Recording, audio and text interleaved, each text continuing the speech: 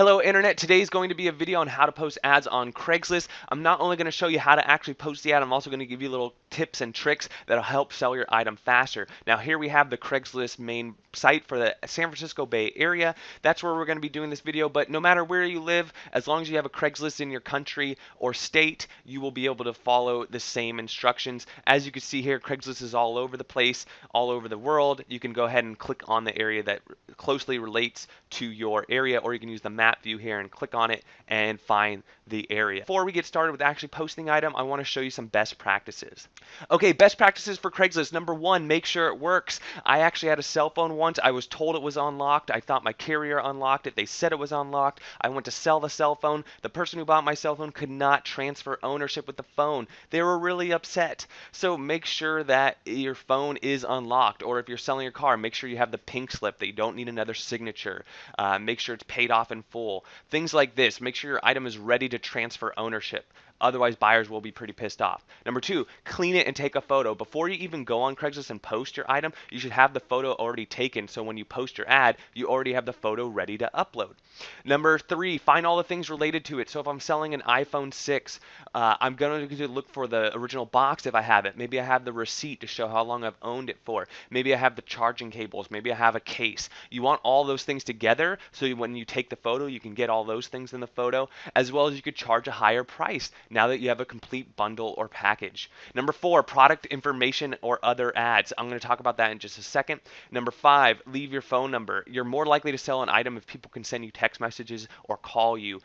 Some people might think like you're going to get bombarded with calls or text. You will not. Occasionally you'll get like a spam text, but it'll be very apparent that it's spam. You could just reply back with stop, and that should stop anything. Last but not least is be safe. Don't meet people at night. Look for things like Starbucks, gas stations, public places, and do it during the day. If you're concerned, bring a friend with you. Never give somebody an item until you have cash in hand or you have their ID in your hand, just in case something does happen, you have some sort of recourse. I've never had an issue with this, but it's always just better to play on the side of precaution. Now, the number four, I said Google product information or other ads. So as you can see here, I went on eBay and I just searched the iPhone 6s because in this demonstration, we're going to be selling an iPhone 6s. But if you scroll down here, they've already written a great description about the iPhone 6 and about the battery life and about the cameras. So find something you like. If it is correct, you might have to edit it a little bit, but I can just go ahead and copy this. And I already have a lot of the text done for my ad now. It saved me so much time. So go ahead and Google that and you can get information. The other thing I wrote in here was that if you don't take a photo, you can use a stock photo. So just go ahead and Google search the iPhone 6s, go over to images, and find an image that, if you have the rose gold one, find the rose gold. Just find the phone that mostly relates to yours. I don't like this as much as you taking an actual picture of your own phone, but it's better than no photo at all. So if you don't take a photo, just go online, Google it, and download a stock photo. Now that we're in Craigslist, the first thing to do is search your item on Craigslist like you're pretending to buy the item, because this is a great way to find similar ads that maybe you can copy their ads, as well as find out what category it is you want to post in. Once you're here, you can go to post your ad two ways. You can just click here up to post. I'm just going to go ahead and open it in a new window to show you where it takes you. Or if you're just on the home page, you go to post to classifieds, it takes you to the same place. You notice these websites look exactly the same place. So it doesn't matter which way you go, you're going to get to the same place. Now on this screen, what type of hosting is it? It's for sale by owner. Unless you own a business, then it'd be a dealer. Remember, we already found out that it's going to be cell phones where we want to post our item. And you're going to want to put a location. The reason you're going to want to put a location is when somebody goes to buy your phone, for example, they can go ahead and type in their zip code and see how far they want to drive to. And if you don't put your location, then you're not going to show up when somebody does that kind of search.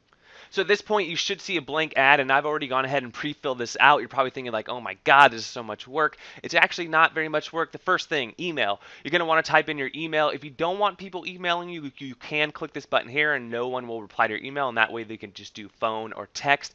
If you do want to do email though, don't be scared. Nobody can actually see this email address here. When you actually post the ad, it'll look something like this, and when people go to reply, Craigslist automatically camouflages your email address. So although you're typing it in here, it will actually not be shown when people go find your ad. So don't worry about that. So type in your email.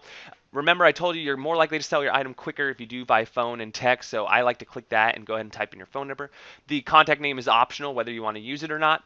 With the title, I like to post a really long title and make it really positive, like why they'd want to click, like almost new, no blemishes, the best deal around, trying to sell quickly, to get people to click on your ad. So you want the title to be enticing. You'll notice in the list view that the shorter titles don't pop as much as these really long ones in all caps. So mess around with doing caps, parentheses, exclamatory marks, dashes. You want your title to pop. Having a good picture and a good title is what's going to pop your ad out against the competition, especially when you're selling the iPhone, which is going to have a lot of other people selling as well.